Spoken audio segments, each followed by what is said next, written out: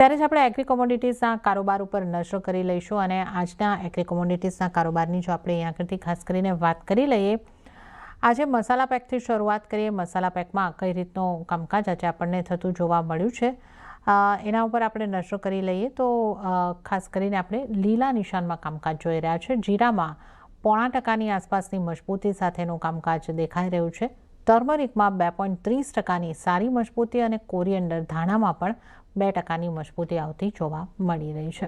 આપણી સાથે ટ્રેડબુલ સિક્યોરિટીઝના ભાવિક પટેલ જોડાઈ ગયા છે. ભાવિકજી, સ્વાગત છે આપનું CNBC બજાર પર. અને આપણે ધાણાને માટે એક પોઝિટિવ વ્યૂની ચર્ચા કરી હતી. આજે 2% મજબૂતી સાથે કામકાજ દેખાઈ રહ્યું છે અને આખો મસાલા પેકમાં ખરીદારી છે.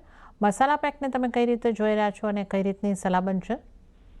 આઈ થિંક મસાલા પેકમાં ઓવરઓલ ટ્રેન્ડ હજી પણ પોઝિટિવ છે. ખાસ કરીને ધાણામાં તો લાગે છે કે આ વખતે આ વર્ષે હર મસાલાની કમ્પેરિઝનમાં સૌથી વધારે આઉટ પરફોર્મ થશે, કારણ કે ઓવરઓલ આપણે કેરીઓ સ્ટોક જોઈએ તો બહુ જ ઓછો છે અને ડિમાન્ડ એ સારી દેખાઈ રહી છે. એટલે અહીંયાથી એક્સપેક્ટેડ છે કે આ ભાવ જે છે હજી પણ વધી શકે છે. ગઈકાલે પણ બાન્ડેસની સ્ટ્રેટેજી એક્સપેક્ટેડ હતી અને આજે પણ હું એ જ રિકમેન્ડ કરું છું કે 15,400ની આસપાસ આવે છે તો ધાણામાં બાય કરી શકાય છે 16,000ના ટાર્ગેટથી, અને 15,000નો સ્ટોપ લોસ રાખી શકાય છે. હળદરની વાત કરીએ તો હળદરમાં પણ એક કોન્સોલિડેશન પછી ફરીથી તેજી આપણે જોવા મળી રહી છે અને હવે આ તેજી જે છે એક્સપેક્ટેડ છે કે 19,200 સુધી આવી શકે છે.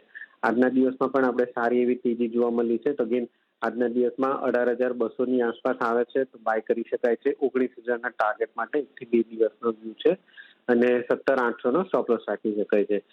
જીરાની વાત કરીએ તો જીરામાં આપણને ફોલ પછી હવે થોડુંક પ્રાઇસીસમાં રિકવરી જોવા મળે છે. અગેન પણ આ રિકવરી 21,500 ઉપર જો સસ્ટેન થાય છે તો મને લાગે છે કે ઓર તેજી જોવા મળી શકે છે 22,700 22,800 સુધીમાં. હાલ અત્યારના આ જે રિકવરી છે થોડીક શોર્ટ કવરિંગ જ દેખાઈ રહી છે, એટલે શોર્ટ કવરિંગ માટે 1-2 દિવસ માટે બાય કરી શકાય છે. 20,800ના ટાર્ગેટ રાખી શકાય છે અને સ્ટોપ લોસ 20,200નો રાખી શકાય છે. ઓકે, તો તમામ મસાલામાં ખરીદીની જ સલાહ છે, પણ ખાસ ધાણા માટે ખરીદીની સલાહ બની રહી છે. 15,400ની આસપાસથી બાય કરો. 16,000ના ટાર્ગેટ માટે ધાણામાં ખરીદી કરો. 15,000નો સ્ટોપ લોસ તમારે ધ્યાને રાખવાનો રહેશે. હળદરની વાત કરીએ તો હળદરમાં પણ ખરીદી કરીને ચાલવાની સલાહ. 18,200ની આસપાસથી 19,000નો ટાર્ગેટ અને 17,800ના સ્ટોપ લોસને ધ્યાને રાખવાનો રહેશે. અને જીરામાં પણ બાય જ કરી શકાય છે. 20,800નો ટાર્ગેટ અને 20,200ના સ્ટોપ લોસને ધ્યાને રાખો. ત્યારબાદ ભાવિકજી, ગુવાર પેકમાં પણ આજે પણ સારી મજબૂતી છે ને ગુવાર સીડ 1.25% જેટલું મજબૂત. ગુવાર ગમની વાત કરીએ તો ત્યાં પણ લગભગ 2%ની નજીકની મજબૂતી આપણને જોવા મળી રહી છે. ગુવાર પેકને કઈ રીતે જોઈ રહ્યા છો? ગુવાર પેકમાં હજી પણ સારી તેજી છે. જે મેં કીધું સીડ જે છે 5,800ની ઉપર સસ્ટેન થઈ રહ્યો છે અને 2 દિવસ પહેલા પણ આપણે સારી તેજી જોઈને આજે પણ લાગી રહ્યું છે કે તેજી જોવા મળી શકે છે. અગેન મારો વ્યૂ આખા ગુવાર પેકમાં તેજીનો જ છે. સીડની વાત કરીએ સૌથી પહેલા તો સીડ એક્સપેક્ટેડ છે કે 6,200 પહેલો ટાર્ગેટને જો એ બ્રેક કરે છે તો 6,500 સુધી પણ જોવા મળી શકે છે. તો ઇન્ટરડે સૌથી પહેલા 6,200ના ટાર્ગેટથી બાય છે 6,000નો સ્ટોપ લોસ રાખી શકાય છે. ગમની વાત કરીએ તો ગમમાં પણ સેમ પેટર્ન બની રહી છે સીડની આસપાસનો, કે જ્યાં 12,050નો પહેલો ટાર્ગેટ રાખશે અને જો એ બ્રેક કરે છે તો ઉપર 12,300 સુધીનો પણ સેકન્ડ ટાર્ગેટ આવી શકે છે. આમાં પણ 12,050ના ટાર્ગેટથી ગમમાં બાઇંગની જ રિકમેન્ડેશન છે અને નીચે સ્ટોપ લોસ 11,800 તો બેઉમાં બાઇંગની જ રિકમેન્ડેશન છે.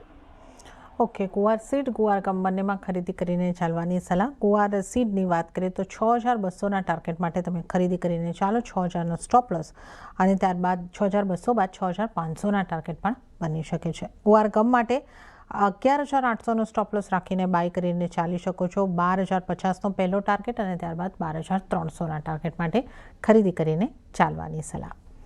અને આ ઉપરાંત કેસ્ટર કે કોકુડમાંથી આપની કોઈ સલાહ રહેશે ભાવિકજી?